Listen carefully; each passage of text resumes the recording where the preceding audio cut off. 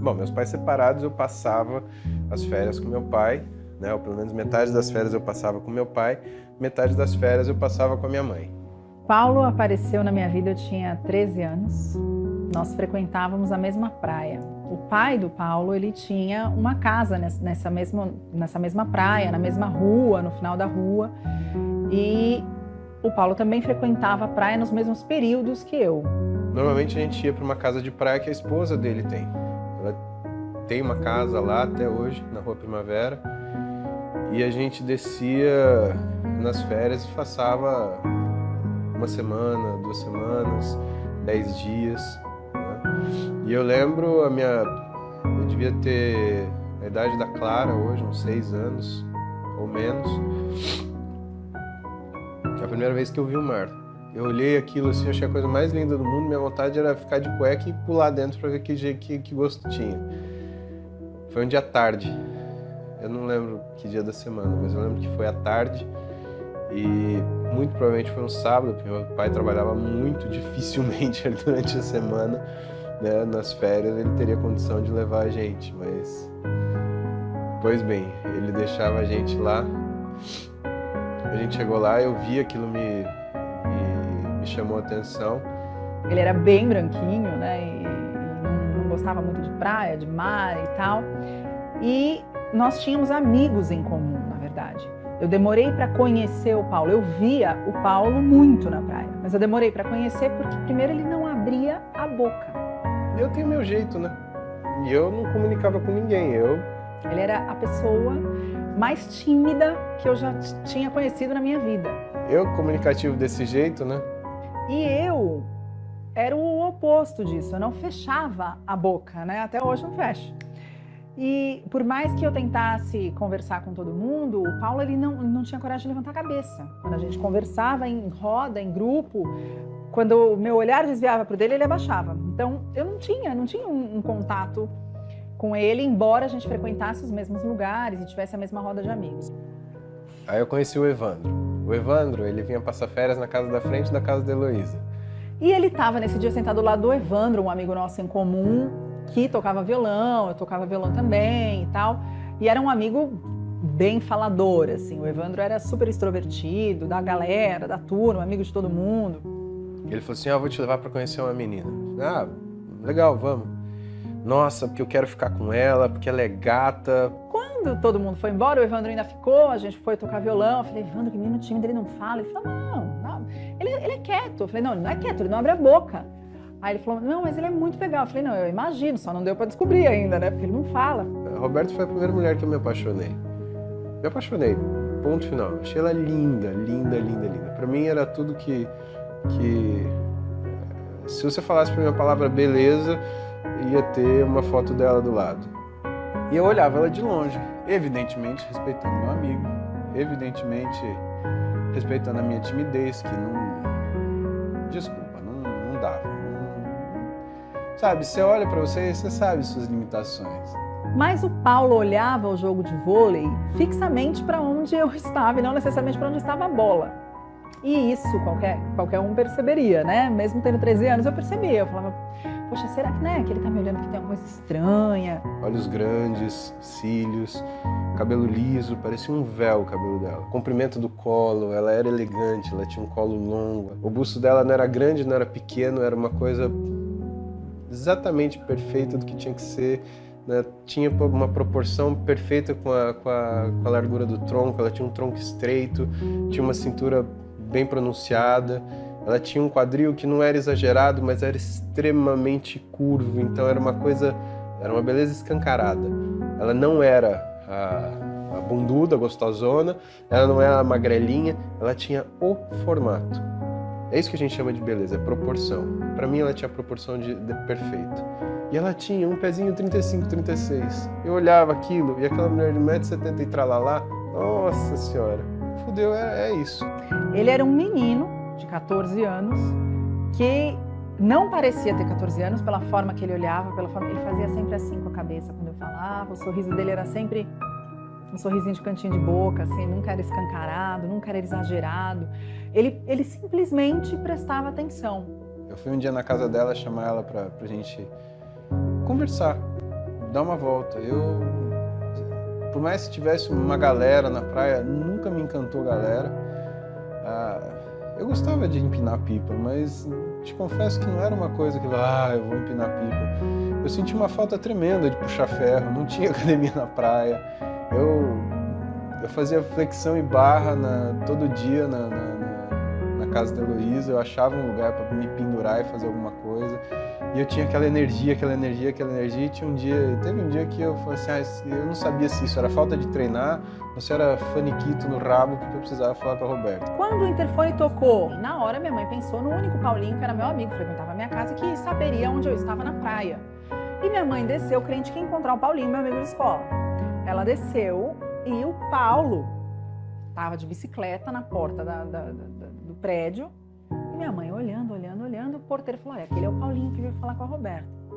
Minha mãe foi lá, se apresentou, só que ela subiu pro salão de festas, de jogos, onde eu estava com a minha turma, entrou berrando, quem conhece minha mãe sabe que ela é um trio elétrico, e falou assim, Roberta de Deus, tem um Paulaço lá embaixo querendo falar com você. Até hoje eu não sei de onde eu tirei coragem para isso, até hoje. Eu fico pensando, eu acho que foi o momento decisivo da minha vida. Você fala, marco da sua vida, o dia que eu tirei a coragem que eu não tenho para falar com a mulher, que eu não tinha aquilo que eu não teria capacidade de falar.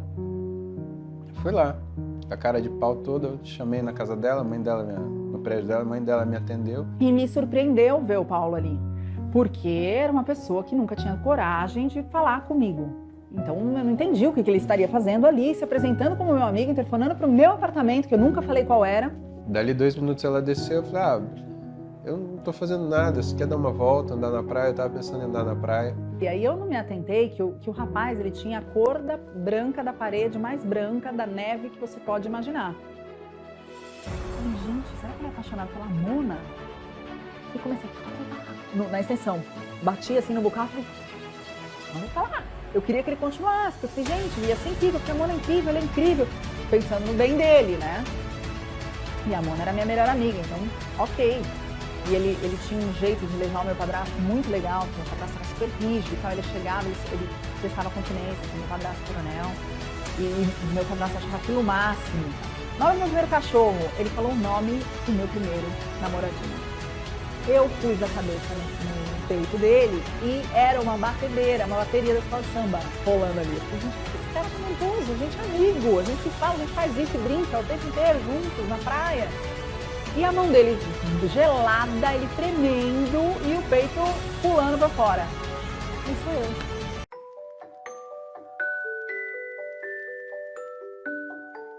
eu. Eu ver o Paulo ali, porque era uma pessoa que nunca tinha coragem de falar comigo.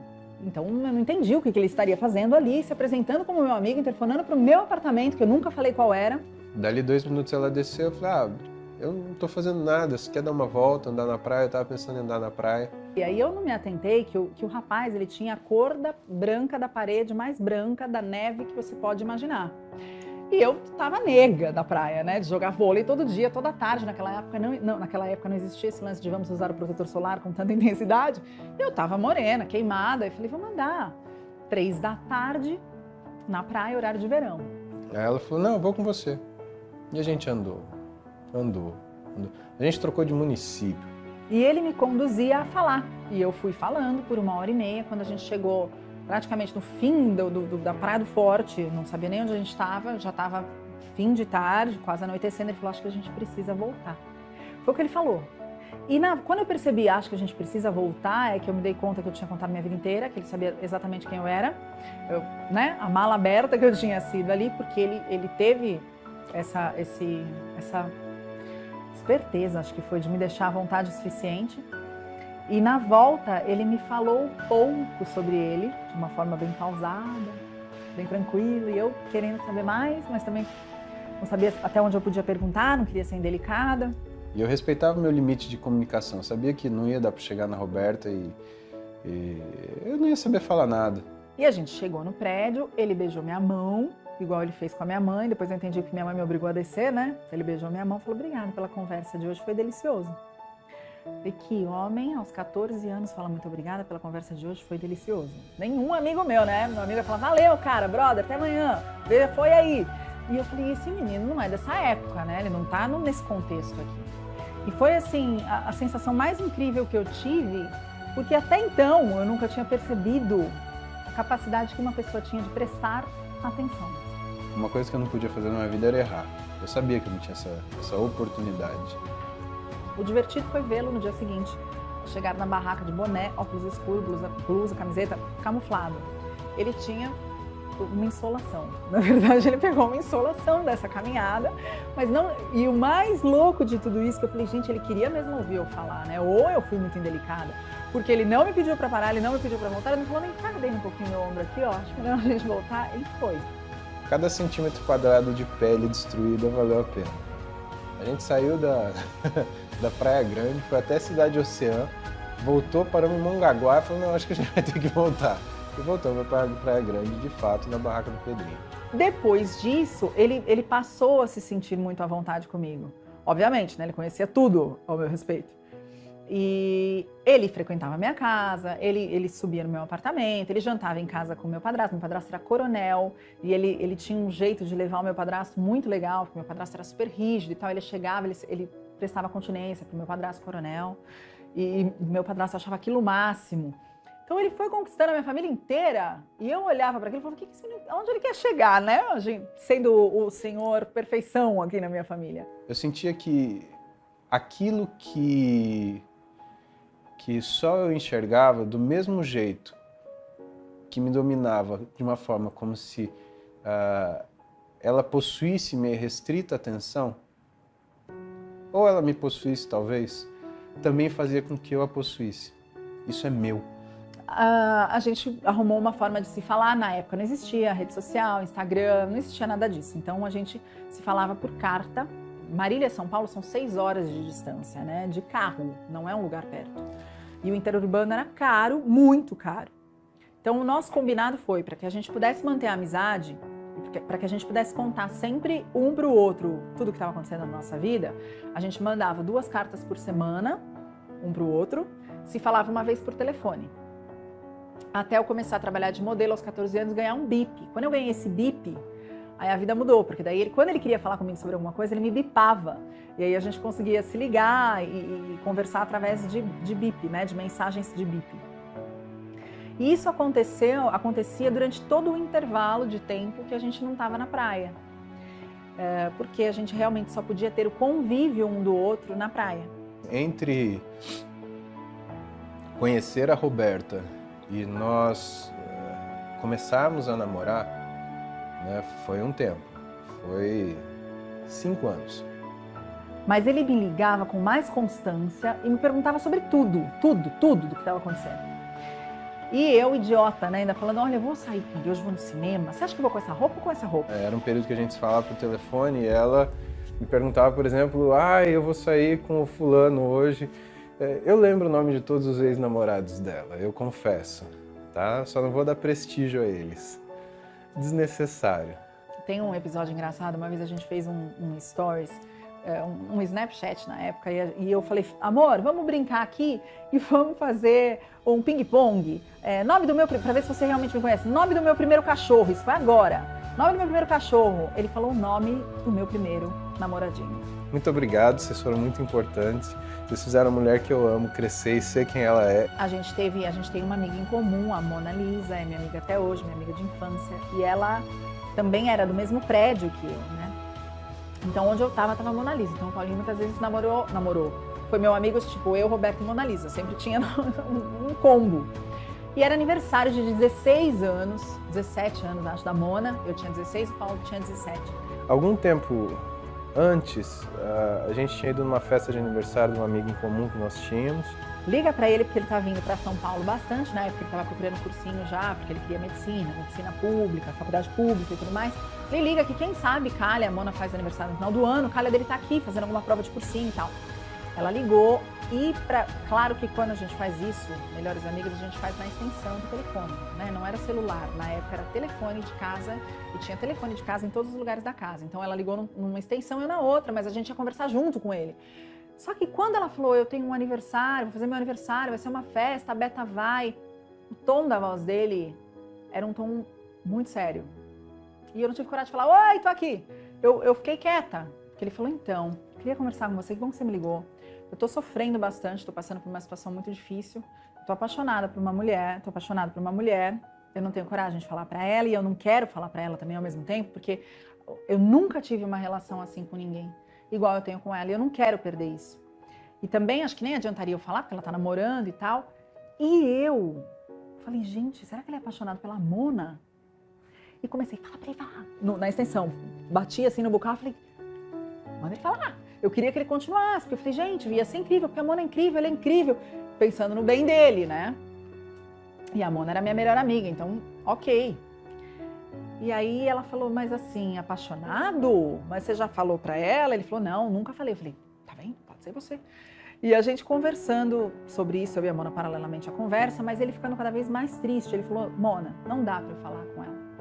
Eu tenho toda a liberdade do mundo pra falar com ela, eu falo com ela constantemente, mas eu jamais colocaria essa minha amiga numa situação desagradável dessa, estando comprometida, sabendo disso. A Mona olhou pra minha cara e fez assim, é tu. E eu, no telefone, eu não podia desligar pra não fazer barulho, eu fiquei... Percebi que ela não ficou com ninguém na boate, né? Começa a tocar uma música do Puff Daddy. Every breath you take, every move you make. Mas óbvio que a gente estava numa balada e a música era rápida. E ele estava quietinho, olhando para baixo, tímido, eu conversando com um monte de amiga e dançando. Eu fui até ele e falei, vem dançar. Coisa que eu absolutamente não fazia, eu não sei dançar. Eu acho que quando a pessoa passa de 1,85 m e 100 kg, você dançar... Aliás, quando passa de 1,85 m, dançar já é uma atividade arriscada do ponto de vista motor.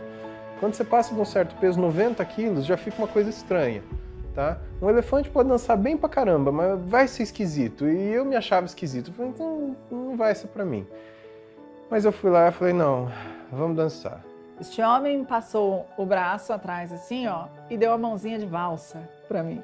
Nesse momento, eu aproveitei da situação para buscar uma proximidade. Então ela acha que o jeito que eu dancei foi ridículo. E me puxou pra perto. Falei, ele não tá dançando valsa no Puff Daddy, mas ele tá. Todo mundo fez uma roda e parou pra olhar. E eu tinha essa intimidade de amiga com ele. Eu abraçava, eu apertava, eu fazia tudo isso. Eu sempre fui dada, E ele, embora tímido, ficasse roxo cada vez que eu apertava ele deixava. Então quando ele fez isso, eu falei, nós não estamos dançando valsa? Ele falou, é como eu sei dançar, tá? Eu pus a cabeça no peito dele e era uma batedeira, uma bateria da escola de samba rolando ali. Eu falei, gente, por que esse cara tá nervoso? A gente é amigo, a gente se fala, a gente faz isso e brinca o tempo inteiro juntos, na praia. E a mão dele gelada, ele tremendo e o peito pulando pra fora. Eu falei, sou eu. Aí eu até me ofereci para levar ela para casa. Então saímos juntos, ele esperou eu entrar no carro, fez aquela...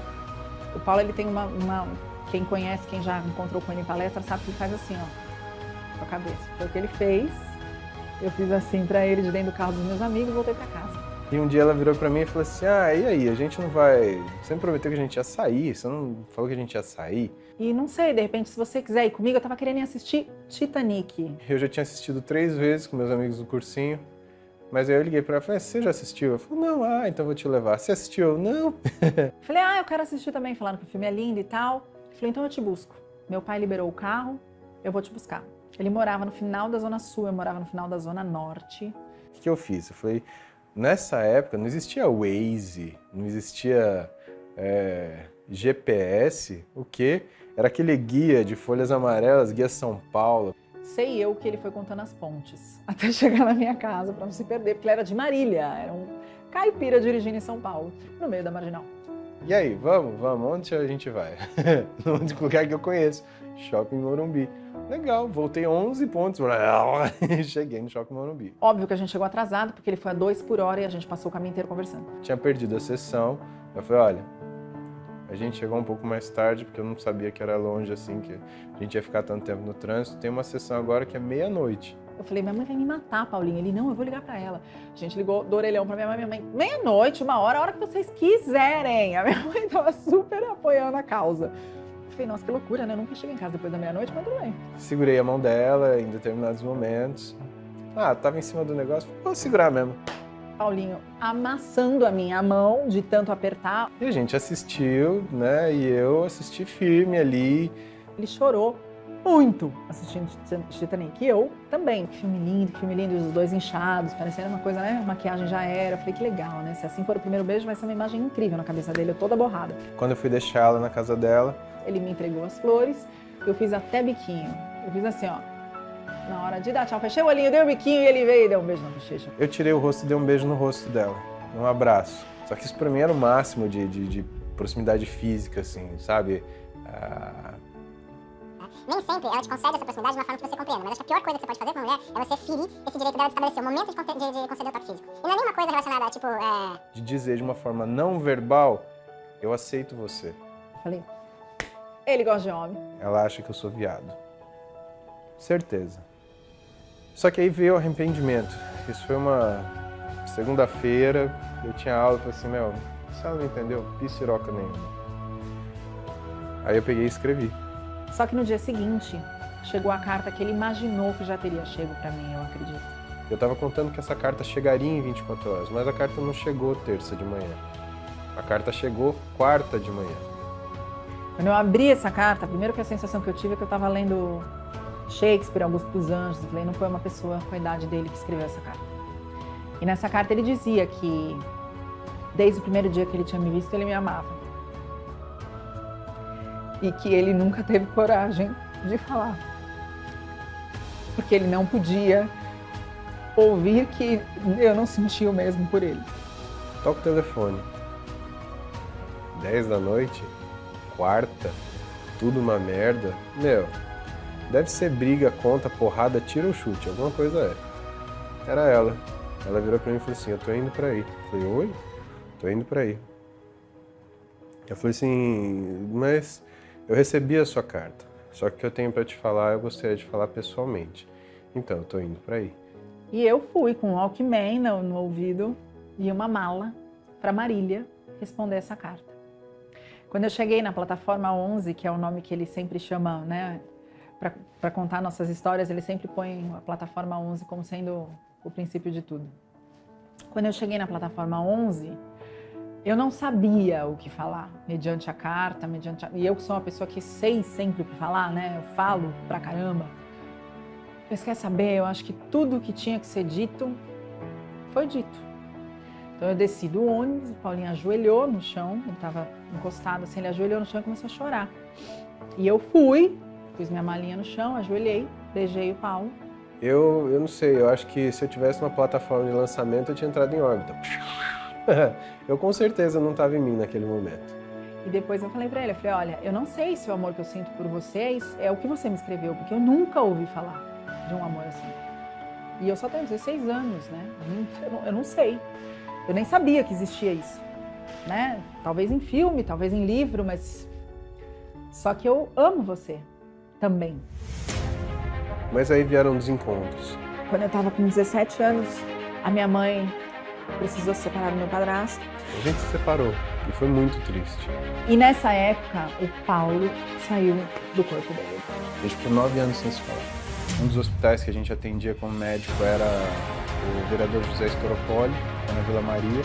E eu comecei a sentir dor, meu estômago pegando. Tinha um hospital com um símbolo de uma cruz vermelha. Eu falei, é um hospital, vou entrar aqui, vou parar e vou pedir pelo menos um medicamento, alguma coisa para eu conseguir chegar na reunião. Quando eu entrei, era um hospital chamado Vila Maria. Era o primeiro ano de residência do Paulo e era ele que estava nesse hospital. E sendo muito sincero, né? Quem segurou a nossa onda no momento foi a Duda. Ele compôs uma música para minha filha, que eu tenho até hoje. E foi assim, não consigo acho que mais falar, mas foi assim que eu tive essa segunda chance de ter o amor da minha vida.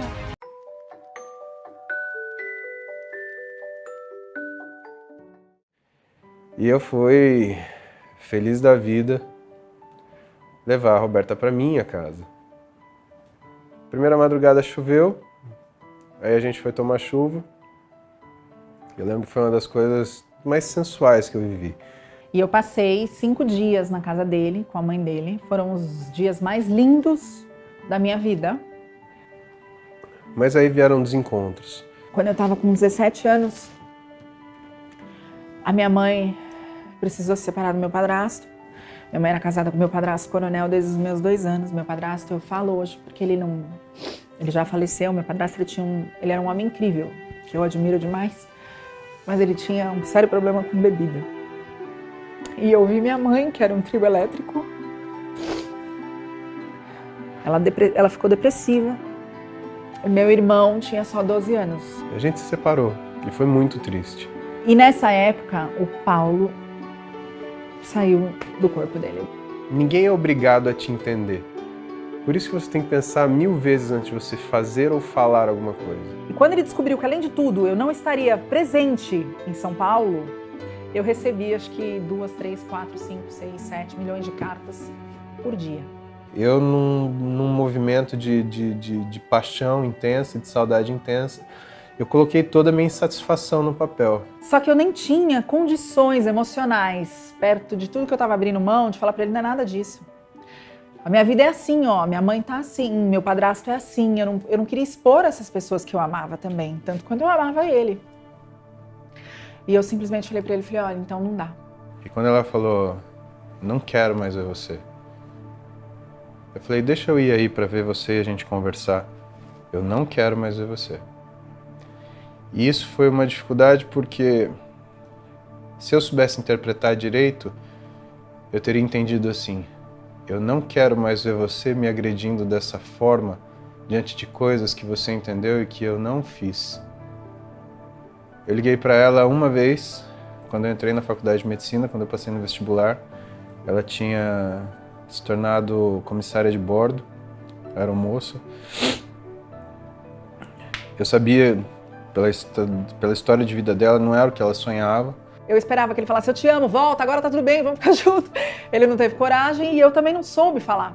A gente ficou 9 anos sem se falar.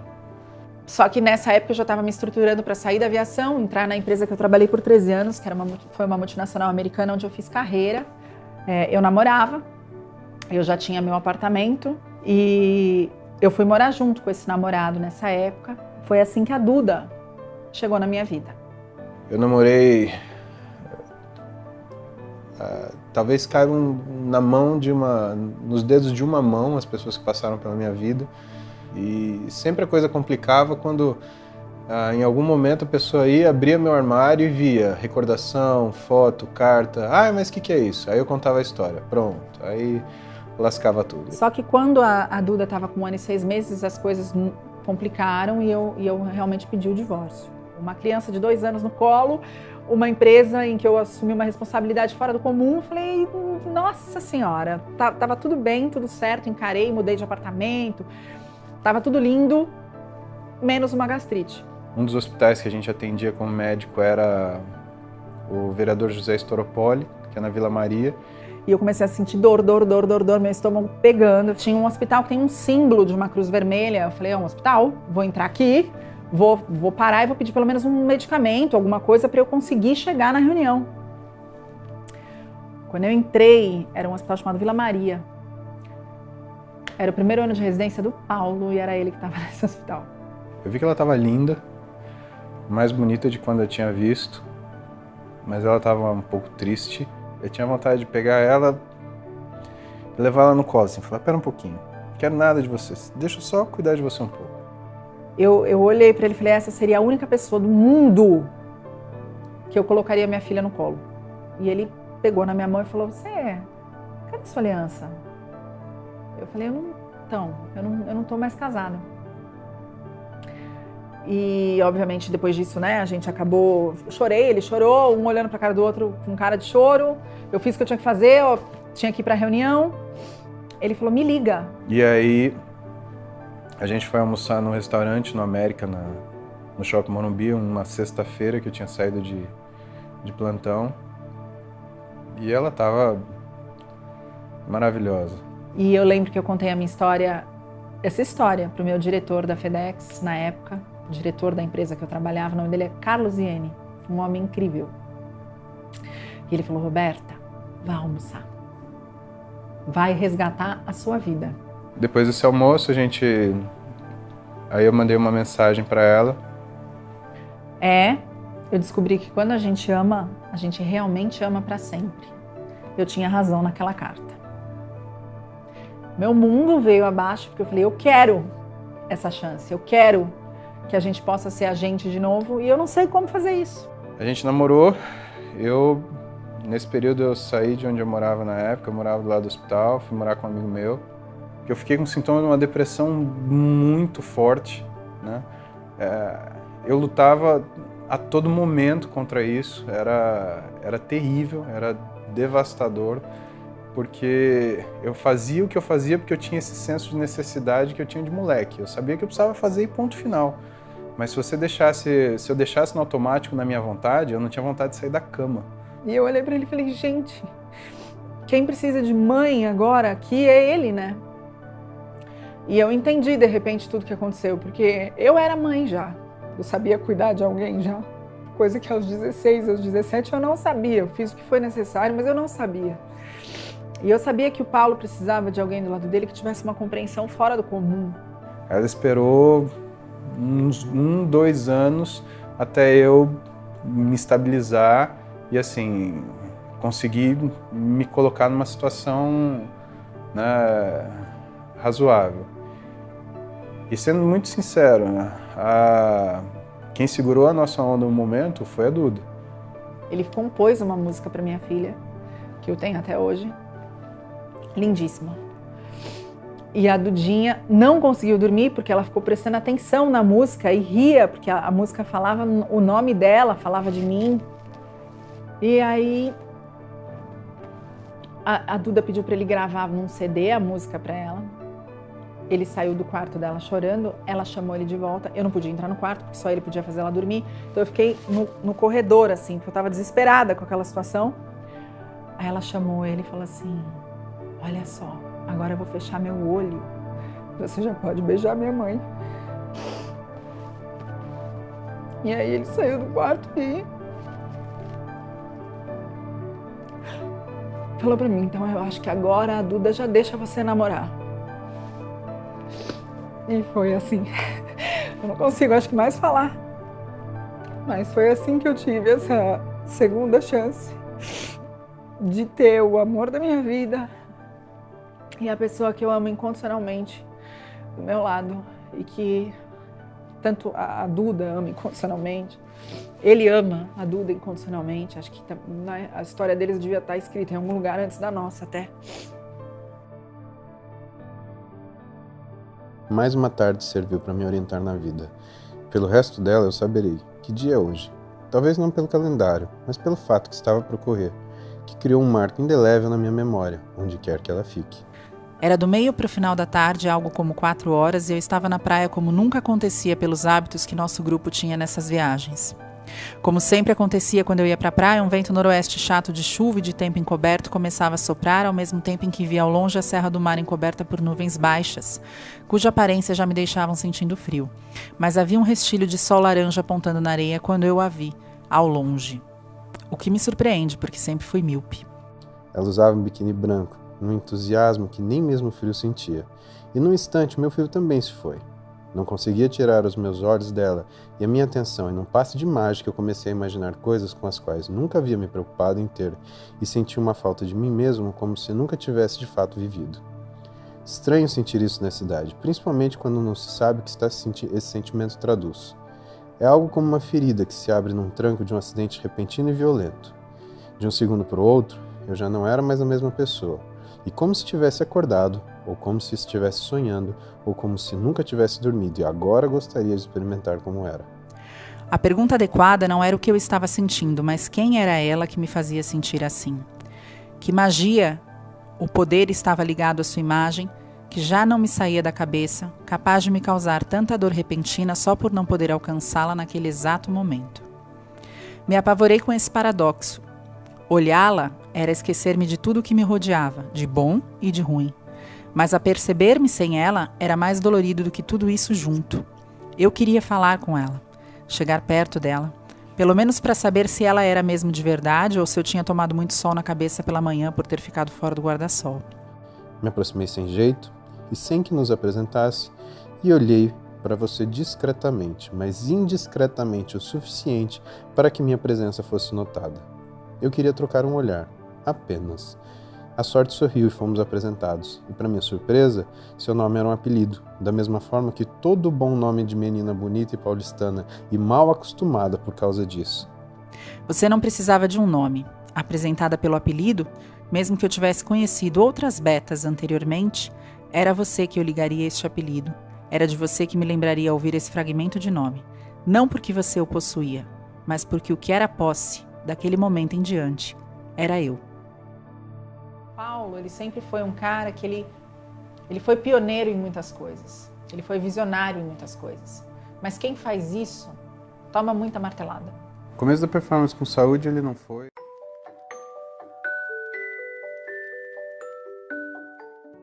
Paulo, ele sempre foi um cara que ele foi pioneiro em muitas coisas. Ele foi visionário em muitas coisas. Mas quem faz isso, toma muita martelada. No começo da performance com saúde ele não foi logo que eu me formei. Na realidade, eu já tinha uma ideia do que eu queria fazer. Eu estava no 3º ano de faculdade e eu fazia trabalho na fisiologia da Escola Paulista, mais precisamente na fisiologia do exercício.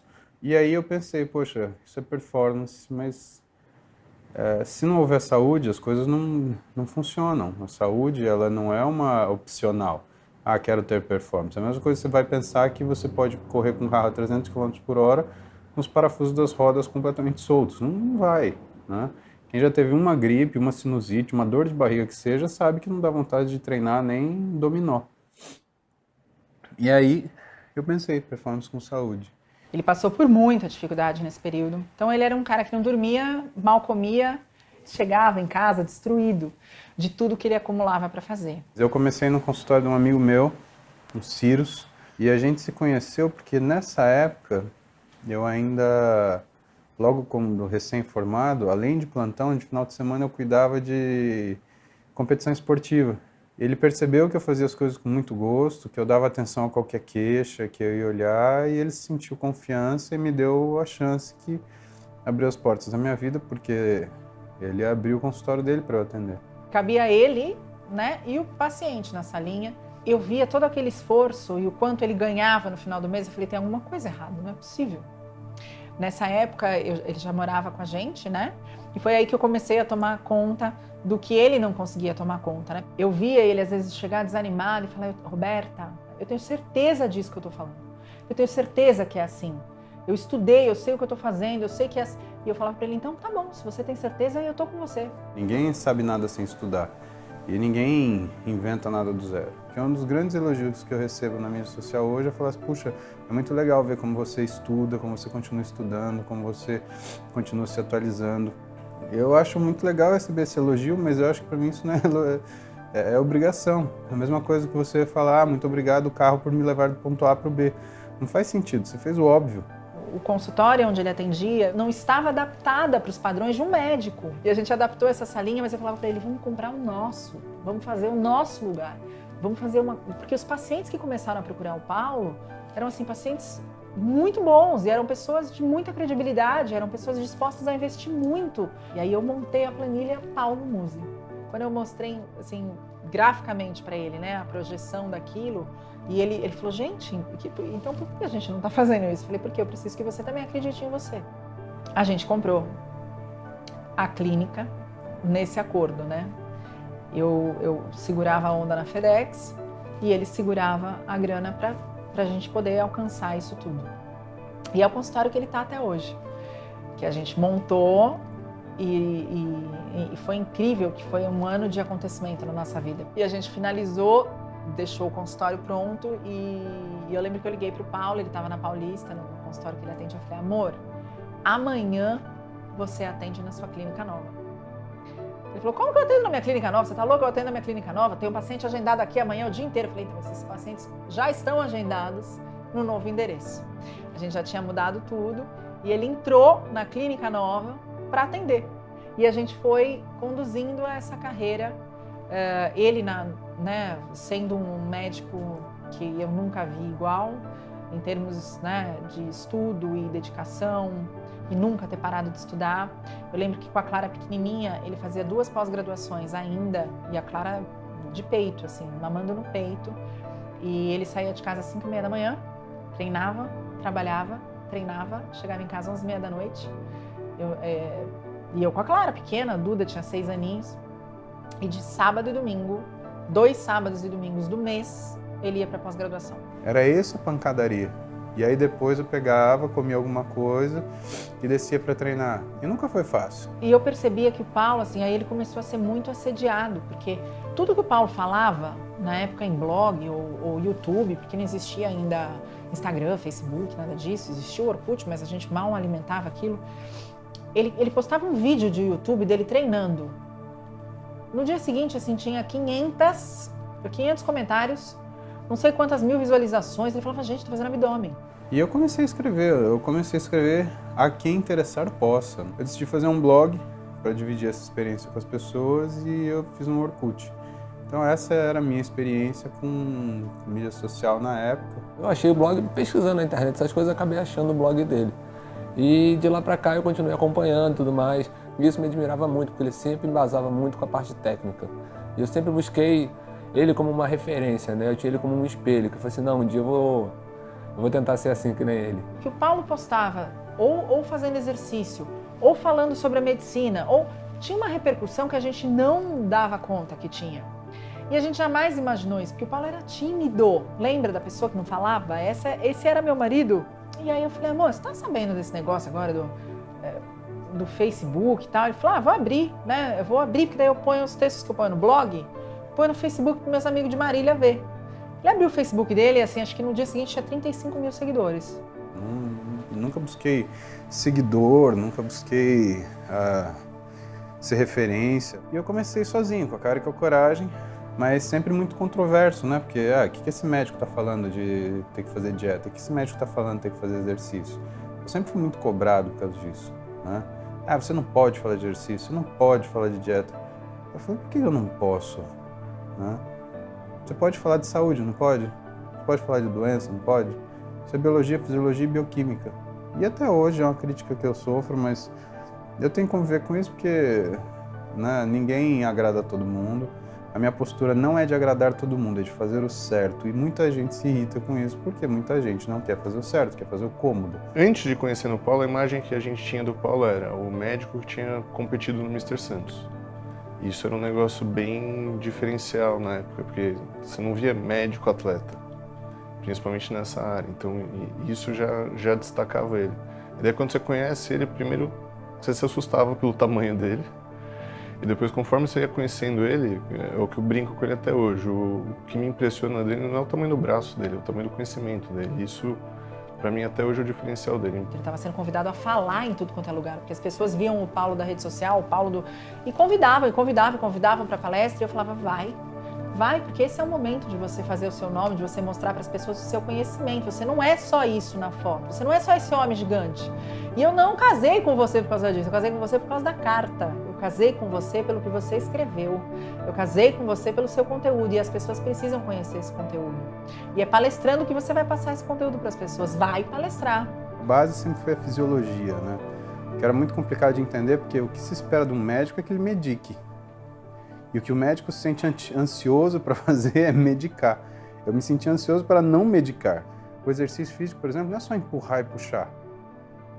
Entre empurrar e puxar tem uma gama de detalhes infinita que mostra até a forma, a velocidade, o jeito, o recrutamento neurológico, o quanto isso estimula o verdadeiro baile que é de interleucinas, que são sinalizadores, para fazer com que o teu corpo entenda aquilo como exercício. É isso que é trabalhar com fisiologia do exercício e desempenho.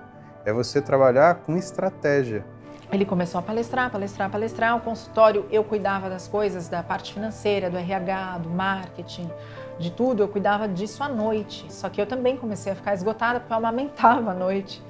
E ele falou para mim, ele falou, olha, a gente está se perdendo, porque eu estou trabalhando muito, você está trabalhando muito, vem cuidar do que é nosso. Não dá mais para você cuidar do que é dos outros e cuidar do que é nosso de vez em quando. Vem cuidar do que é nosso. Para mim foi um momento difícil, porque eu tinha 13 anos de carreira, eu tinha uma proposta de carreira, um plano de carreira incrível na empresa, né, para diretoria, para vice-presidência. E nessa época eu falei, bom, não é o momento de eu pensar nisso, né? É o momento de eu, de repente, dar 10 passos para trás como profissional, ou no meu status de empresária, executiva bem-sucedida, mas dar 1000 passos para frente com a minha família. Conheci o Paulo em 2009, 2008, primeiramente como paciente, mas assim, como foi bem antes do Paulo virar o Paulo, então a gente acabou virando bastante amigo.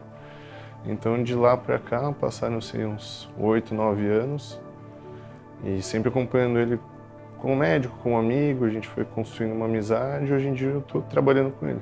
Eu lembro que tinha nem 6.000 seguidores na época que eu fui seguir o Paulo no Instagram, né? E lá ele sempre postava algumas dicas e tudo mais, o dia a dia dele.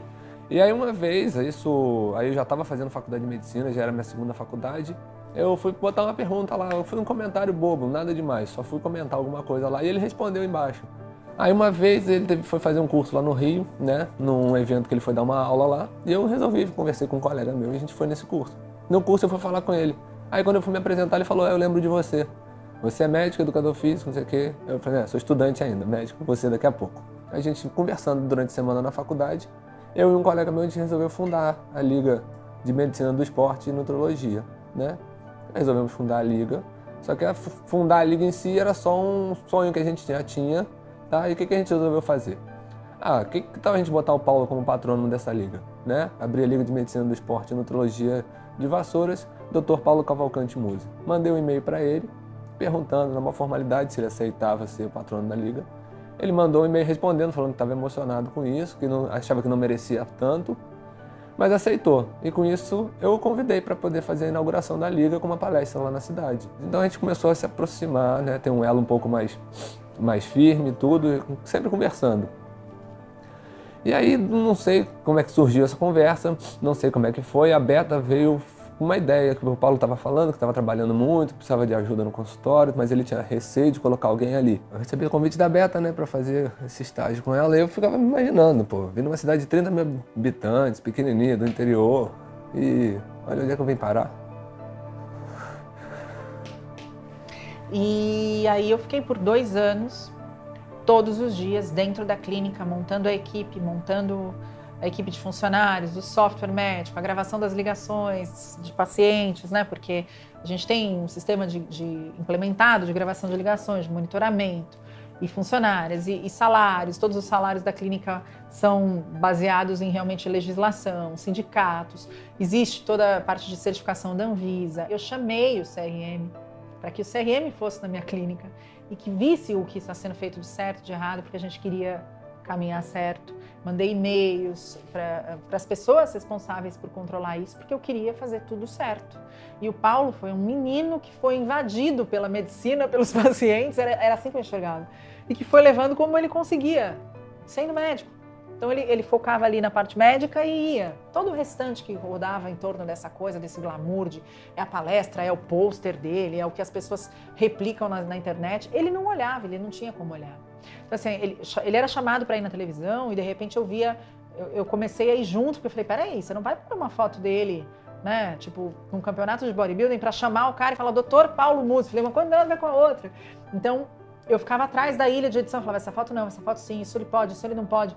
E eu não deixava que as pessoas mais invadissem essa linha, né, do que é simplesmente usar a imagem do Paulo, que dá sempre uma repercussão, sem cuidar do médico e da carreira que ele se dedicou tanto, estudou tanto para ter. Profissionalmente cômodo é uma coisa que as pessoas acham muito interessante porque elas diminuem a necessidade que elas têm de se aplicar para fazer aquilo que tem que ser feito. Eu achava que ia ser médico de um time, eu achava que eu ia trabalhar no clube, mas aí eu percebi que aquilo que eu queria não dava para fazer a granel. Ele tinha que ser individual, eu tinha que ter tempo de olhar pessoa por pessoa, eu tinha que ter a confiança e a valorização dela. E eu comecei a olhar para as pessoas que eram, entre aspas, comuns, as pessoas que tinham na realidade um comportamento de usar o esporte em prol daquilo que eles chamavam de qualidade de vida. Então, me superei, nossa, estou muito feliz. Então, não interessa se eu ganhei 10 quilos, se eu baixei 10% no meu percentual de gordura, quer dizer que eu me superei, primeiro, na minha capacidade de realizar uma coisa que eu achei que eu nunca faria, segundo, de perceber o efeito disso depois de algum tempo. Bom, o dia a dia no consultório cada consulta uma aula, né? Cada consulta que eu tô do lado do Paulo ali, eu tô aprendendo um pouquinho. precisando aprender mais e você vê que sempre tem alguma coisa a acrescentar.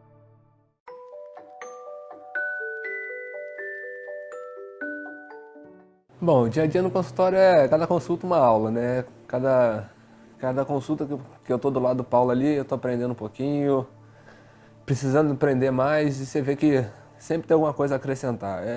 Cada paciente uma nova história, uma nova experiência, para mim uma aula, um aprendizado novo. É sensacional estar ali do lado dele, aprendendo com ele. É indescritível. A clínica tomou um rumo onde os pacientes começavam a se selecionar.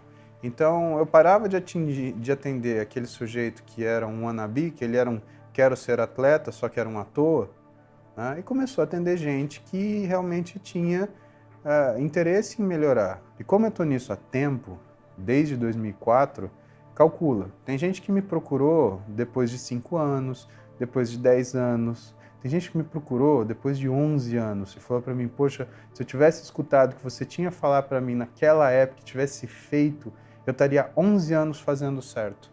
Aí eu virei para ele e falei assim, essa é a beleza e a dureza do culturismo.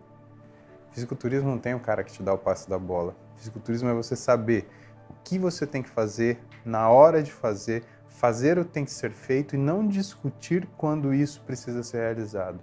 Então você pode ter tudo, o dinheiro que for, a facilidade que for, e você ainda pode ter um físico ruim, sabe por quê? Porque a tua cabeça é ruim.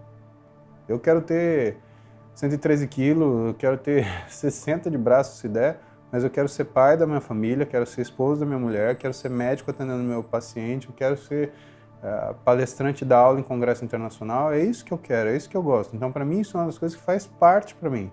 Do mesmo jeito que se você tirar minha família, meu trabalho não faz sentido. Do mesmo jeito que se você me tirar meu trabalho, eu vou me sentir vazio e aí eu não faço sentido.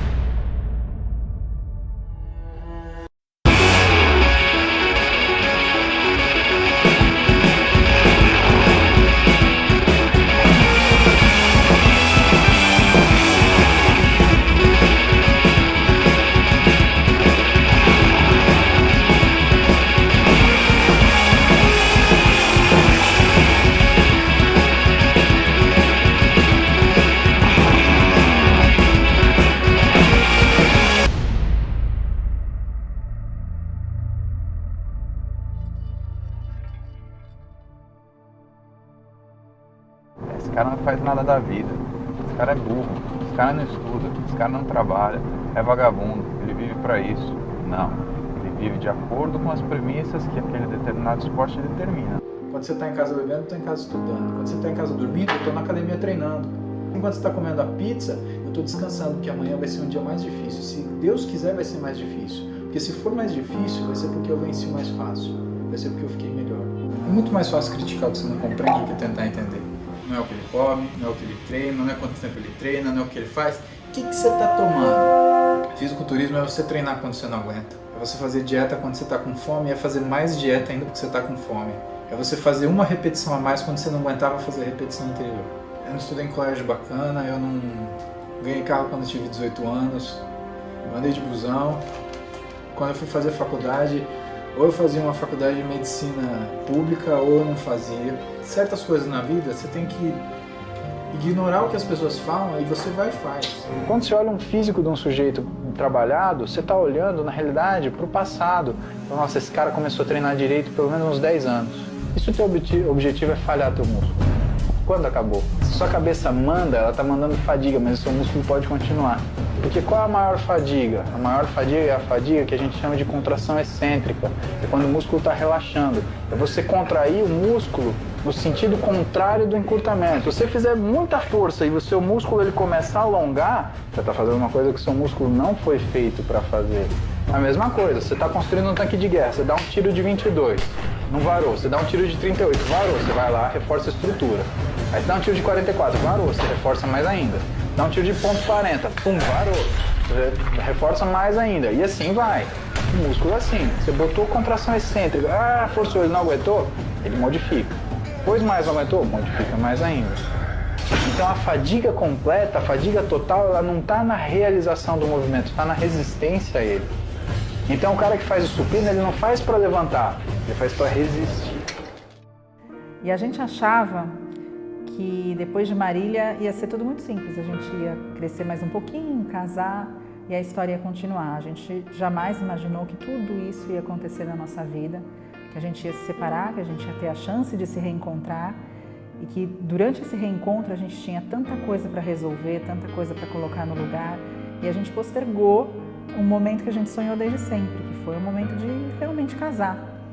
E eu já tinha até parado de pensar a respeito de casamento, desse tipo de coisa, porque o que a gente tinha já era sólido demais, já era casamento demais, e para mim estava tudo bem. Até que a gente começou a pensar no futuro, numa casa nova, num consultório novo, numa clínica da forma que a gente realmente sempre sonhou. Bom, começo da clínica, minha cabeça era conta. Era o começo da família, era o começo da clínica, e de repente eu me vejo numa situação de ter um baita de um compromisso financeiro que eu não fazia nem ideia de como aquilo ia se realizar, né? Se tornar realidade. E quando a gente foi assinar o contrato, o Paulo sempre trabalhando, sempre no consultório, e eu tocando à frente esses projetos, mas no dia da assinatura, eu e ele tínhamos que assinar o contrato. E na frente de todos os corretores, diretores e tudo mais, no momento da assinatura, ele parou e falou: eu assino, só que eu só assino se você me assumir de papel passado. E eu achei que era uma brincadeira. Eu queria ter uma família, fazer questão de ter uma família estruturada. Eu acho que tudo sai do conceito família. E eu fiz ela me prometer que nós iríamos nos casar de forma tradicional, na igreja, com a minha noiva de branco e com a nossa família observando, sabendo que a nossa família seriam só as pessoas que conviveram conosco até hoje. Foi um momento em que eu acho que eu deixei de ser menino. E nesse momento, o que foi mais interessante é que eu realmente me senti homem. Tomar a mulher pela mão, beijar a sua aliança e colocar no seu dedo. Isso é muito forte. Simbolicamente, isso é muito forte. Se você tem honra para saber o tipo de compromisso que você tem com essa pessoa. Foi assim que a gente decidiu comemorar um amor que venceu, que demorou 10 anos para poder realmente respirar aliviado e celebrar, mas foi da melhor forma que poderia ter acontecido, porque foi um marco do nosso futuro. Eu acho que foi o ergogênico mais forte que eu tomei na minha vida. Eu nunca senti tanta força para trabalhar, tanta garra para acordar no meio da noite, para fazer o que for, do que quando eu me vi com uma aliança no dedo, com uma mulher com meu nome e com a minha casa estabelecida. E assim, parece que eu mereci um pouquinho mais ser chamado de pai e ser chamado de marido e ser chamado de amor.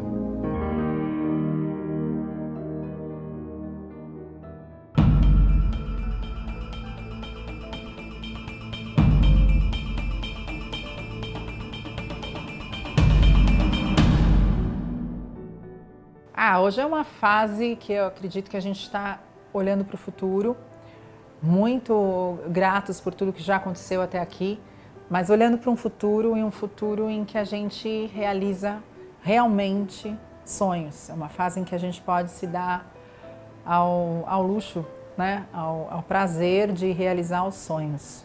E há uns 2 anos já eu comecei a procurar um lugar em que eu pudesse colocar a nossa casa perto da clínica, para que ele pudesse trabalhar a pé, para que ele pudesse malhar em horários de pessoas normais, para que ele pudesse dormir mais, porque tudo que foi construído a duras penas, né? Com pouquíssimas horas de sono dormidas e grandes dificuldades. Mas eu acredito que é um momento em que a gente precisa desfrutar também do que tudo isso pôde proporcionar.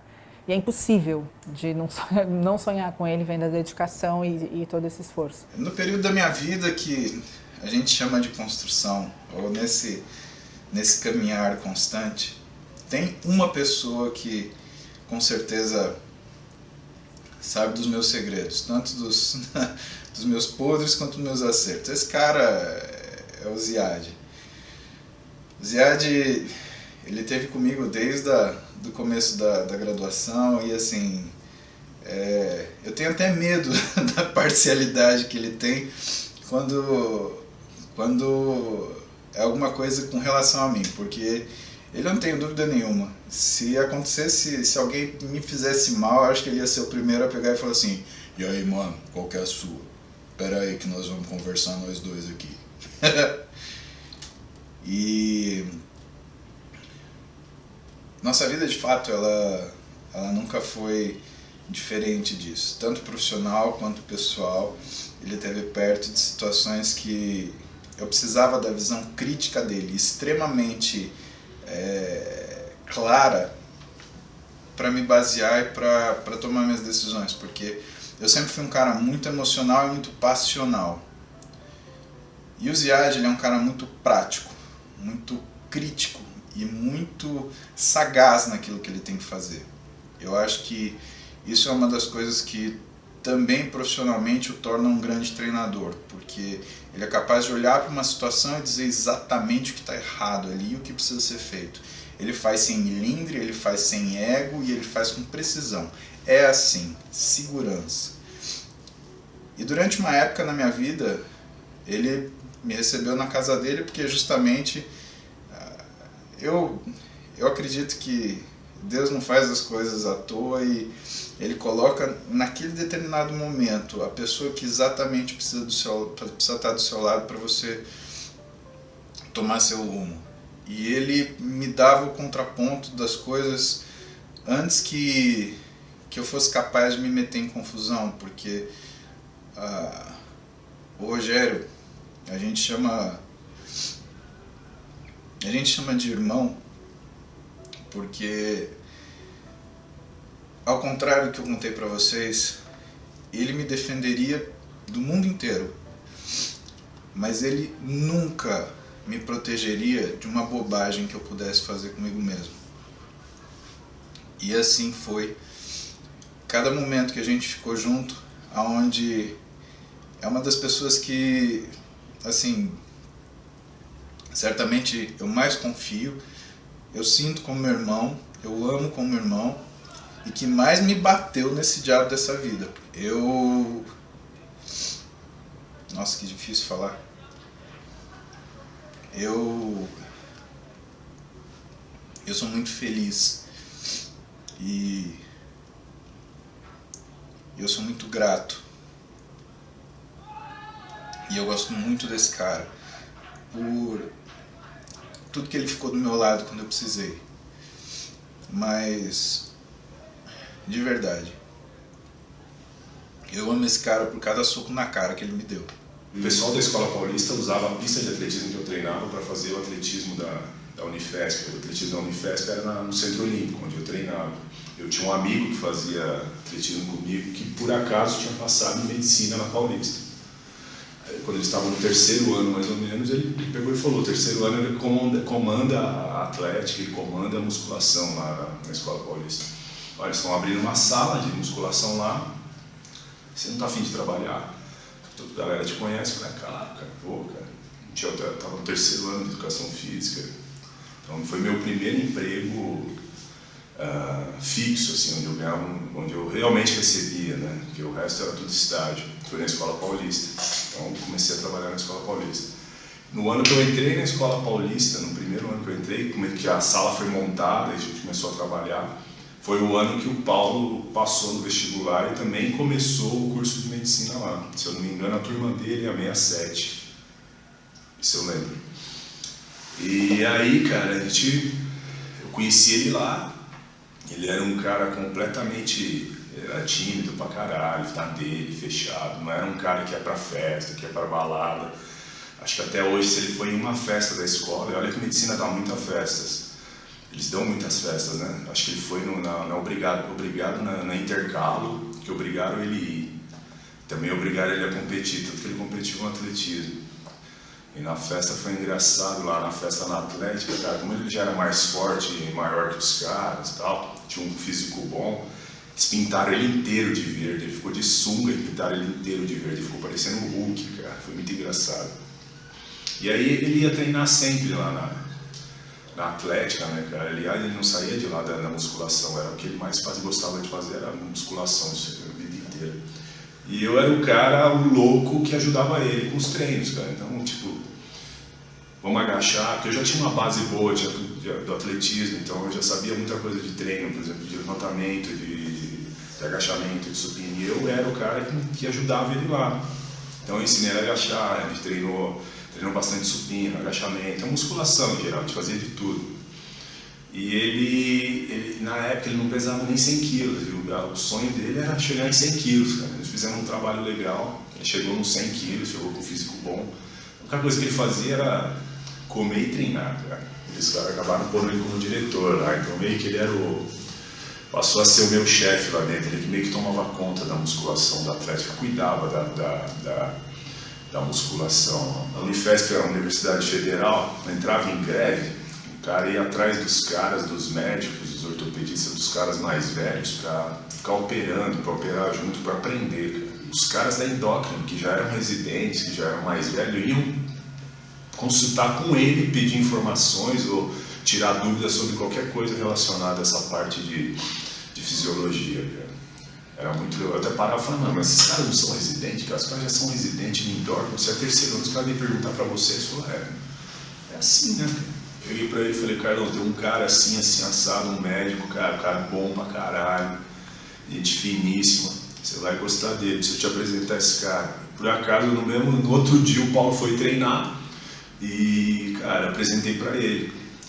E aí que ele começou o Carlão gostou dele, não poderia ser diferente, tinha como gostar do Paulo. Foi aí que ele começou as palestras, começou os cursos dele, e aí ele já tinha conhecimento, ele já tinha tudo, ele já era um cara preparado, ele só precisava do empurrão, cara. E ele me ajudou muito, porque ele mandava muito paciente também, até hoje me manda paciente, menos, mas continua mandando. Nesse período ele já estava meio que retornando, ele e a Roberta já estavam se encontrando novamente, eu conversava com ele e tal. E aí foi aí que ela deu um boom na vida dele. Ele abriria a mão de tudo que ele faz hoje, se fosse pela família, cara. Se fosse pelas meninas, pela Roberta, pela Duda e pela Clara, cara. Só acho que o único motivo que levaria ele a abrir mão das coisas.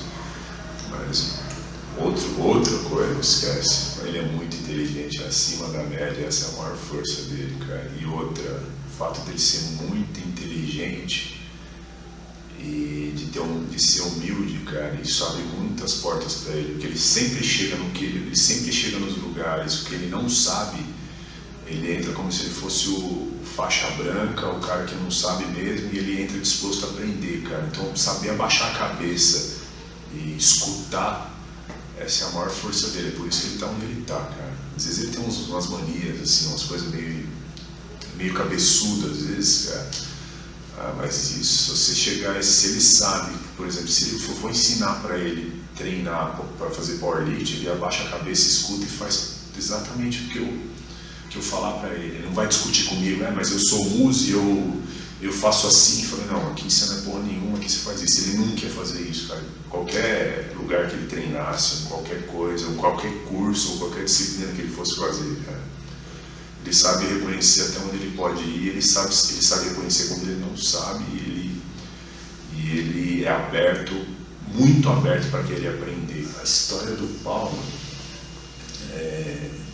é um exemplo, né, cara, para todo mundo, assim, que é estudante, sonha ter algo na vida, sonha ser alguém na vida, cara. O cara praticamente começou do nada, sabe? Trocava o almoço, comprava almoço, o dia que almoçava não jantava, e o dia que jantava não almoçava, sabe? O cara é muito batalhador, cara. Ele é um exemplo. Aliás, poderia ser diferente, isso é o que acontece com a maioria dos... Você vê, a história dele é muito parecida com aquele atleta, aquele jogador de futebol que vem da favela, cresce e ganha o mundo, com aquele cara que não corre nada no atletismo e vira o rei. Poderia ser diferente se a gente tivesse um plano educacional melhor, uma cultura melhor para trabalhar isso. E o cara, todas as dificuldades que ele teve, ele venceu, cara. Isso é um exemplo não para mim, mas para todo mundo, cara. Falar para vocês do Heraldo é falar de uma pessoa ímpar que... É engraçado, ele cumpre uma função dupla na minha vida. Ele é meu irmão, não de sangue, de casamento com a irmã dele, mas ele é meu grande parceiro no dia a dia no trabalho. E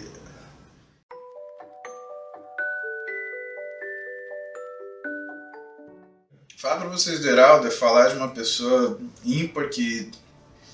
É engraçado, ele cumpre uma função dupla na minha vida. Ele é meu irmão, não de sangue, de casamento com a irmã dele, mas ele é meu grande parceiro no dia a dia no trabalho. E eu acho que o Heraldo é um dos caras que pode falar para vocês uma das coisas que para mim é mais preciosa em tudo que eu fiz, porque ele foi a primeira pessoa que confiou em mim. Ele confiou em mim para que eu mostrasse para ele que ele poderia ser feliz e ele poderia retomar a profissão dele numa situação onde ele tinha deixado.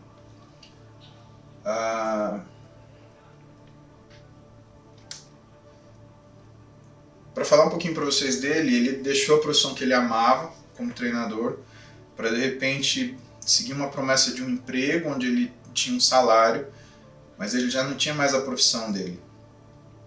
E em algum momento ele confiou em mim o suficiente para ele acreditar que eu poderia trazer para ele se ele apostasse na profissão dele, se ele abraçasse essa profissão do fundo do coração, toda a recompensa, toda a remuneração que ele gostaria de ter. E eu acho isso importante porque hoje ele é um cara que voltou para a profissão dele, exerce ela com o maior amor do mundo, e isso para mim é importante porque todo mundo que está aqui comigo tem essa característica, mas mais que isso, ele atende na sala do meu lado e ele conseguiu entender que as diferenças das nossas profissões não tornam nenhum de nós mais importante do que o outro, só nos torna diferentes. E isso para mim é muito importante, porque quando você cria uma distorção entre o valor de uma profissão em relação à outra, você cria na realidade uma rivalidade, e isso não dá para existir na saúde. O paciente ele não merece isso, aquilo que ele vem buscar não é isso. E de fato, a única chave que a rivalidade traz, esse tipo de competição profissional, é a chave do fracasso. Quando eu olho o Heraldo hoje, eu vejo um cara que cresceu porque foi devolvido a ele o direito de exercer de forma plena aquilo que ele de fato estava predestinado a ser. E é uma honra muito grande você poder fazer parte de uma descoberta dessa. E eu acho que mais do que o irmão que a gente, essa fraternidade que a gente consolidou e essa forma de convivência que a gente tinha pessoal, foi manter isso com o respeito profissional e ele entender que em nenhum momento eu chamei ele porque a gente tinha uma relação pessoal, e sim porque ele sempre foi um cara muito bom. Trabalhar com educação física dentro de um consultório foi uma coisa estranha para mim no início, porque tudo que você aprende na faculdade, a ideia que você tem de profissionais de educação física é que essas pessoas estão aonde? Estão trabalhando dentro de uma sala de musculação, numa piscina, numa quadra, numa escola, em alguma coisa relacionada ao esporte, na prática esportiva em si, não propriamente dita. E não atrás de uma mesa, dentro de um consultório, junto com um médico. Então, quando eu me preparei para trabalhar junto com o Paulo, com a pós-graduação em Fisiologia e Treinamento Desportivo, eu não imaginava a dimensão que isso tomaria. Porque eu me perguntava, será que realmente vai dar certo? Será que colocar um profissional de educação física atrás de uma mesa, será que eu vou me sentir bem? Será que eu não vou me sentir preso? Minha vida inteira foi trabalhando com esporte, propriamente dito, numa quadra, numa sala de musculação e tal. Será que vai ser viável? E foi muito gratificante receber o feedback dos pacientes que passavam comigo nas consultas também, dizendo, puta, esse serviço é fantástico, sabe? Uma equipe multidisciplinar atendendo abrange e contempla quase que tudo. O Paulo com a questão médica, com a questão de ser nutrólogo também, com a questão nutricional, aí vem um educador físico combinando o tipo de treino correto com a dieta correta, o tipo de treino correto com a condição corporal do paciente.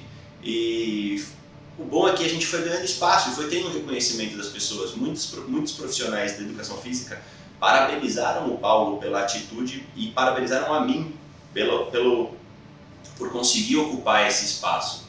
Então foi uma coisa muito legal, mas realmente no início deu medo. Será que vai dar certo? E hoje a gente vê que cada vez está dando mais certo e que mais pessoas replicam esse modelo de trabalho. Bom, falar do Paulo, da relação que eu tenho com o Paulo sim, o Paulo é um irmão para mim, realmente. Eu não tenho como classificar ou colocar o Paulo numa outra posição para mim do que não sendo o meu irmão. Por mais que a gente não seja do mesmo sangue, mas a consideração que eu tenho por ele, o amor que eu tenho por ele, o carinho que eu tenho por ele, como o que eu tenho pelas outras irmãs que eu também tenho. É o que eu falei anteriormente. O Paulo é o irmão que eu não tive, mas que o Papai do Céu achou que eu fosse merecedor e colocou no meu caminho. Então, quando o Paulo e a Roberta me chamam para trabalhar com eles, eu não podia confiar. Eu não tinha outra coisa a fazer a não ser confiar de olho fechado e jogar tudo para o alto, uma carreira de executivo que eu também estava construindo, já há 5 anos, 6 anos na empresa multinacional que eu trabalhava, e falar, eu estou com vocês de olho fechado, e se a gente vai atender no consultório na Paulista, na salinha na Paulista aqui do seu amigo, eu estou com você. Se a gente vai atender num consultório gigante, eu estou com você. Se a gente vai atender no bar do Luiz, lá perto de casa, numa mesinha de plástico de cerveja, eu tô com você, bicho, você entendeu? Se você tá confiando em mim para ter esse lugar junto com você, eu não posso fazer nada diferente do que confiar em você por tudo que a gente já passou junto, por tudo que a gente já viveu junto, por tudo que eu já vi que você fez pela minha irmã e pela minha família. Então, com certeza, eu diria que não foi uma decisão difícil. Porque eu acho que quando você tem a confiança, quando você tem o amor, quando você tem o elo da família, a força disso, não fica uma decisão difícil. O Paulo me fez um favor. O Paulo me tirou de um trabalho onde para mim era trabalho e me trouxe para a área que eu escolhi para minha vida para não trabalhar. Eu posso dizer que hoje eu não trabalho. Eu saio da minha casa de manhã cedo não com a ideia de, putz, eu tenho que trabalhar. Não. Eu venho aqui fazer o que eu gosto, eu venho aqui fazer o que eu amo, com a pessoa que eu amo, da forma que eu amo. Isso para mim é sensacional, me deu oportunidades na minha vida que eu não tenho nem como falar, sabe?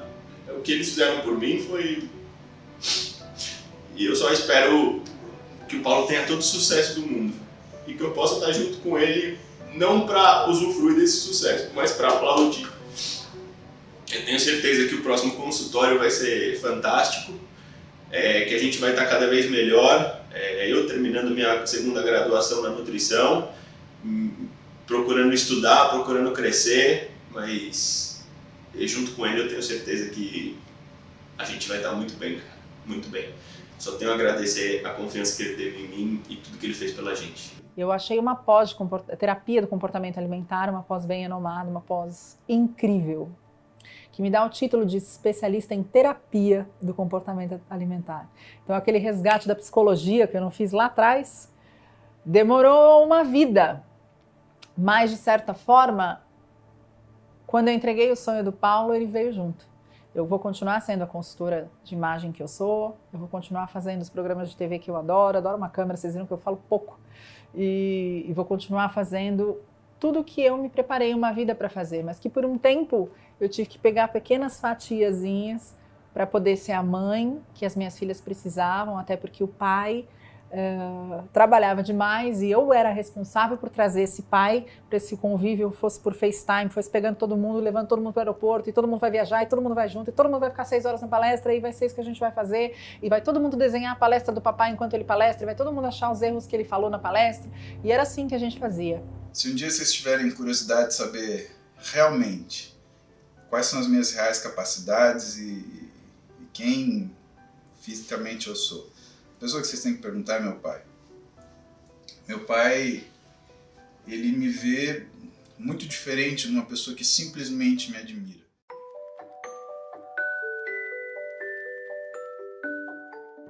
Se um dia vocês tiverem curiosidade de saber realmente quais são as minhas reais capacidades e quem fisicamente eu sou, a pessoa que vocês têm que perguntar é meu pai. Meu pai, ele me vê muito diferente de uma pessoa que simplesmente me admira. Sem dúvida ele me ama, sem dúvida ele é feliz ou ele se sente satisfeito e orgulhoso daquilo que eu conquistei, mas ele me vê como pai. E um pai sempre olha para um filho, percebendo que o filho é alguém que ainda precisa muito de crescimento e que tem muita coisa para fazer. A medicina sempre foi a opção profissional, Paulo. Eu nunca tive dúvida que aquela criança estudaria medicina. Assim como nunca tive dúvida que meu outro filho, o Guilherme, estudaria medicina. Não seria outra a escolha profissional. Não é porque medicina é um negócio importante, não é por isso, é porque aquele cara tinha uma visão, e aí a gente passa para um outro tema, né, da physis, né, ou da fisiologia. Né? Por que o prêmio Nobel não é um prêmio Nobel de medicina, é um prêmio Nobel de fisiologia e medicina? Porque a ciência é a fisiologia. O que ocorre dentro do indivíduo é um fenômeno fisiológico. Não é? Então, fazer ciência é fazer fisiologia. Não é? A medicina é uma arte. É uma arte, assim como você faz ciência fazendo física e faz arte fazendo engenharia. Sem demérito para uma ou outra. Cada uma é uma coisa. Né? Assim como você faz, por exemplo, arte fazendo economia. Você faz arte, você faz artefatos, você constrói objetos, raciocínios. Isso faz a medicina. A ciência é fisiologia. E eu acho que de início a preocupação daquele jovem era uma preocupação ou era uma abordagem que seria bem representada na opção pela medicina. Você cuidar de pessoas, você cuidar do bem-estar da pessoa, você resolver problemas da saúde da pessoa e eventualmente da doença, né? Mas basicamente você reconhecer naquele organismo uma fisiologia, uma physis. Né? Então a minha formação como físico, eu creio que possa até ter influenciado o Paulinho, porque sempre ele viveu num ambiente de ciência, convivendo com cientistas, convivendo com pessoas que olhavam o mundo de um ponto de vista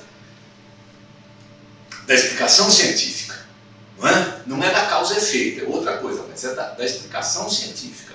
E a physis é a expressão dessa explicação científica no mundo da vida, no mundo dos seres vivos.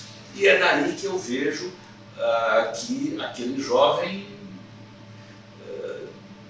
faria como opção profissional a coisa da medicina. E eu vejo a medicina não como um sacerdócio, como uma coisa que eu vou tratar de pessoas, vou cuidar de pessoas, não nesse sentido, mas no sentido da resolutibilidade, da capacidade de resolver, da capacidade de compreender e atuar sobre um determinado organismo.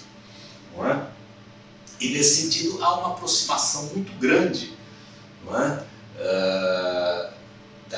Da fisiologismo, da fisiologia, da physis, com a física, com a preocupação com o mundo físico, não é? Com essa physis que está na base das ciências naturais.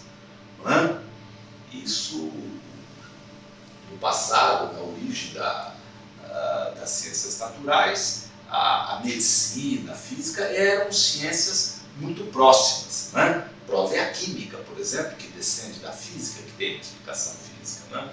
Agora, independentemente desse raciocínio, digamos, mais elaborado que eu fiz até agora, eu acho que existe uma uma disposição na pessoa, não é? de seguir a carreira médica. Não existe uma disposição de se preocupar com o próximo, de se preocupar com a saúde do sujeito, de se preocupar com o bem-estar do sujeito, e o que eu acho fundamental, de comunicar isso, porque a gente não se preocupa com isso dentro de um laboratório escondido, mas você se preocupa lidando com pessoas, com uma profissão e comunicando, transferindo para essas pessoas um conhecimento para que o camarada se sinta melhor e observe a saúde dele. Eu acho que essas são as determinantes da escolha profissional. Agora, como escolha profissional, existe um terceiro aspecto que me parece fundamental, não é? Que no mundo de hoje esta é uma profissão, não é? Não é nenhum sacerdócio, não, mas é uma escolha profissional muito objetiva em que o sujeito vai construir a vida dele, vai fazer alguma coisa que é monitorada por pessoas, que precisa ter qualidade, precisa ter uma avaliação e que tem consequências na vida das pessoas. Então, como profissão, existe um aspecto de responsabilidade que eu acho que se casa muito bem com a figura do Paulo, que é um sujeito que, até onde eu sei e da experiência que eu tenho com o pai dele, é uma pessoa responsável por aquilo que faz e por aquilo que diz às pessoas. Hoje eu entendo melhor aquilo que ele falava para mim 20 anos atrás.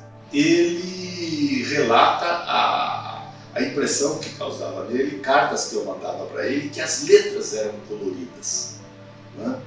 E isso fortalece mais uma vez este argumento da forma, né? A forma da escrita, a forma da carta tinha muita importância.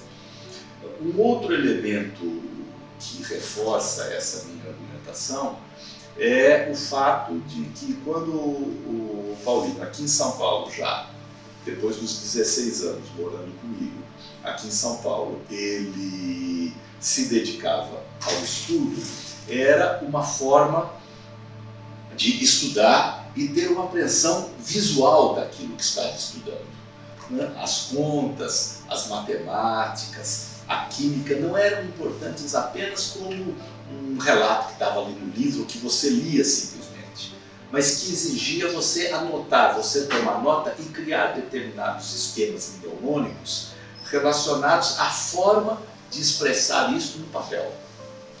Então, a questão da forma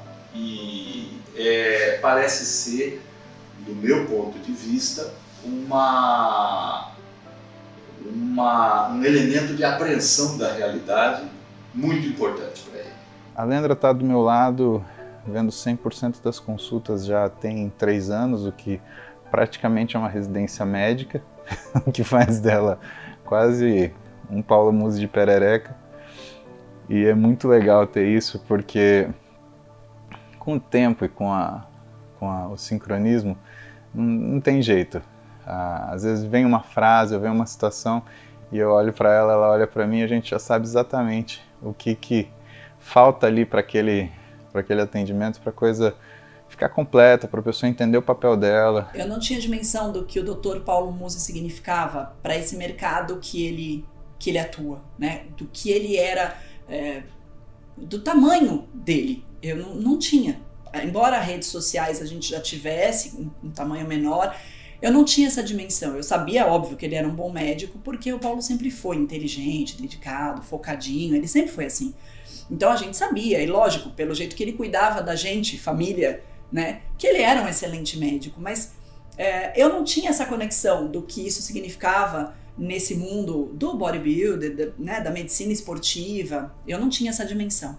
Eu já era enfermeira, eu já era enfermeira há bastante tempo, então trabalhei a vida toda na área da saúde, desde nova, e trabalhando com isso, com médicos, mas não sabia absolutamente o que significava o Dr. Paulo Musi, né? Pra gente, como eu falei, ele continuava sendo o Paulinho.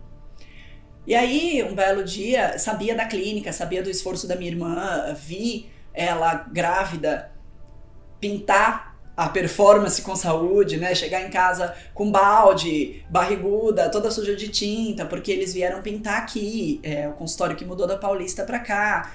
Acompanhei isso tudo, ela construindo, e não, o Paulo precisa de um lugar maior, o Paulo precisa de uma outra coisa, o Paulo, ela falava, nem ele tem a noção do que ele é e do que ele precisa, ele não tem essa noção, né? É muita gente, é muito paciente, ele atende numa sala pequena, enfim, acompanhei isso, mas ainda assim, sem saber essa dimensão de mídia mesmo, de alcance dele, né? E aí um dia ele chegou e me convidou para trabalhar aqui. Ele e a Beta foram até mim, eu estava trabalhando, e a gente precisa de você, né? E aí eu falei, caramba, como assim precisa de mim, né? E eu perguntei para ele, o que eu posso fazer por você? E aí ele falou, você pode fazer por mim uma coisa que nem eu sei, mas quando você chegar lá você vai saber, eu preciso de ajuda. E aí eu sabia que ele precisava de ajuda, porque assim, eu via a minha irmã muito tempo sem ele, né? E eu via ela sofrer com isso. Então, muitas vezes a gente estava numa festa de família, ele era o último a chegar, chegava cansado, chegava esgotado, visivelmente esgotado do trabalho, e ela ia primeiro sozinha, e eu via que ele trabalhava muito. E aí eu fiquei pensando, onde é que eu posso ajudar, né? E quando ele me chamou para trabalhar, e quando eu vim para cá, eu vim com essa ideia, eu vou devolver o meu cunhado mais cedo para casa, vou devolver o meu cunhado mais cedo para minha irmã, eu vou fazer o possível para fazer isso. Porque eu sabia que isso era importante para ele, porque eu sabia que ele sofria com isso, e porque eu sabia que a minha irmã sofria com isso, né? Com essa divisão dele com o trabalho, que tomava esse tamanho todo, e com a família, que era uma coisa que ele queria estar. Então, eu vim achando que isso era possível, né? Devolver o meu cunhado mais cedo para casa. E eu não pude devolver o meu cunhado mais cedo para casa. Mas eu acho que, na verdade, nem a minha irmã quer. Porque ela admira justamente esse homem, que tem uma capacidade de trabalho imensa, que tem uma inteligência que eu nunca vi, pessoalmente, de verdade. E olha que eu trabalhei com muitas e muitas pessoas por aí, na área da saúde, né?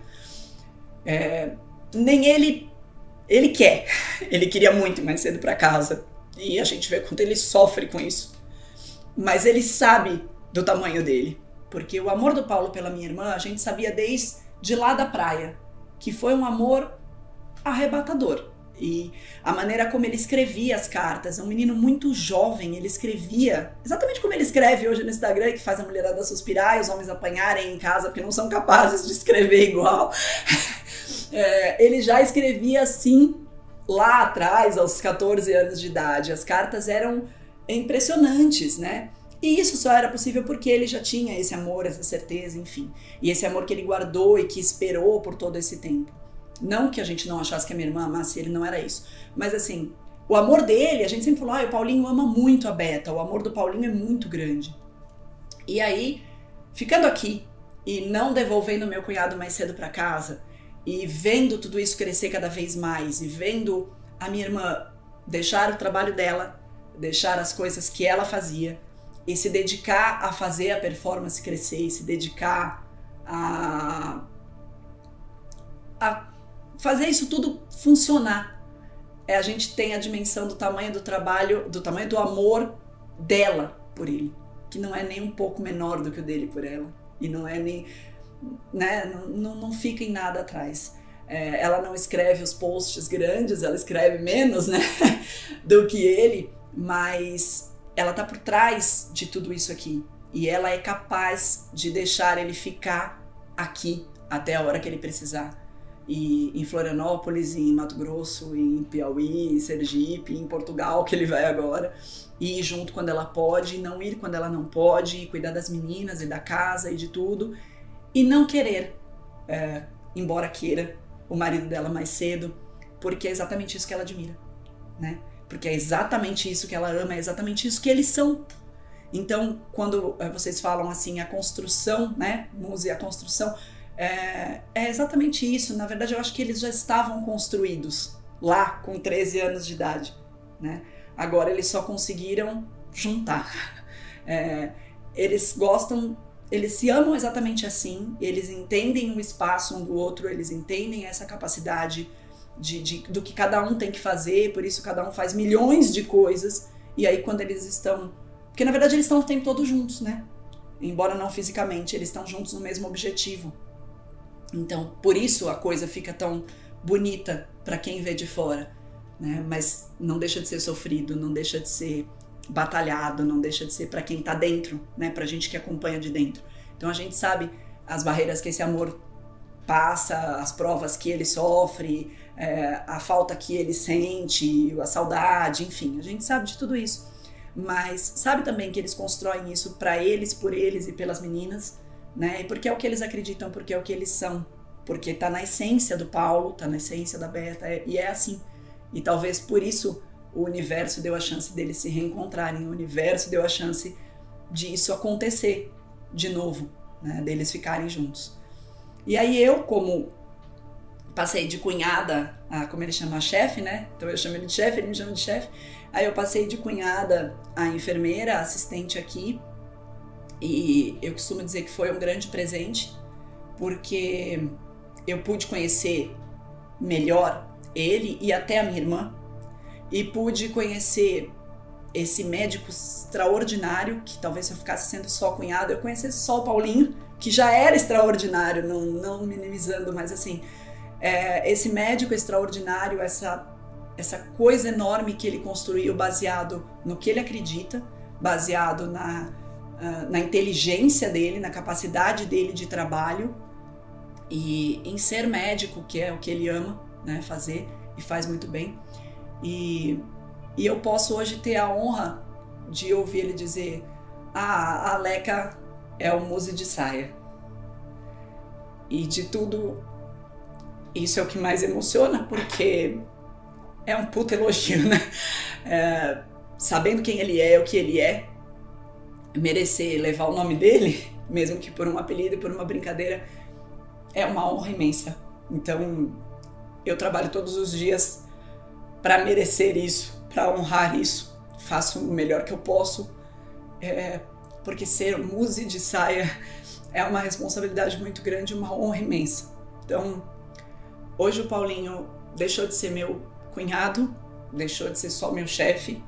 Ele é uma pessoa que eu admiro profundamente. E no último dia, não lembro a data agora, acho que foi 6 de setembro, não sei se setembro, se julho, não sei bem. Ele chegou aqui, me abraçou e falou assim: feliz dia do irmão, chefe. E eu acho que eu posso encerrar com isso. Esse é o Paulinho que virou nosso irmão, nosso chefe, nosso amigo, nosso médico de família, enfim. É isso que ele construiu, fora das câmeras, fora do Instagram, fora da mídia, né? É isso que ele construiu.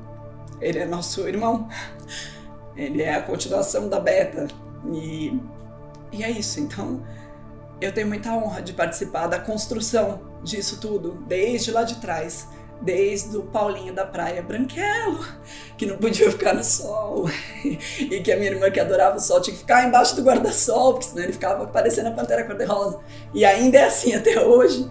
E ver o que eles puderam construir, né? Que essa história funcionou e deu certo.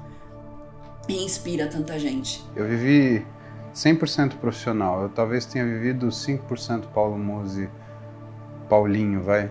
Por mais que muitas pessoas me chamem, é um nome que eu só atendo quando algumas pessoas me chamam. Porque o Paulinho é muito simples, o Paulinho é muito tímido, ele é muito recluso, porque o Paulinho é o Paulinho.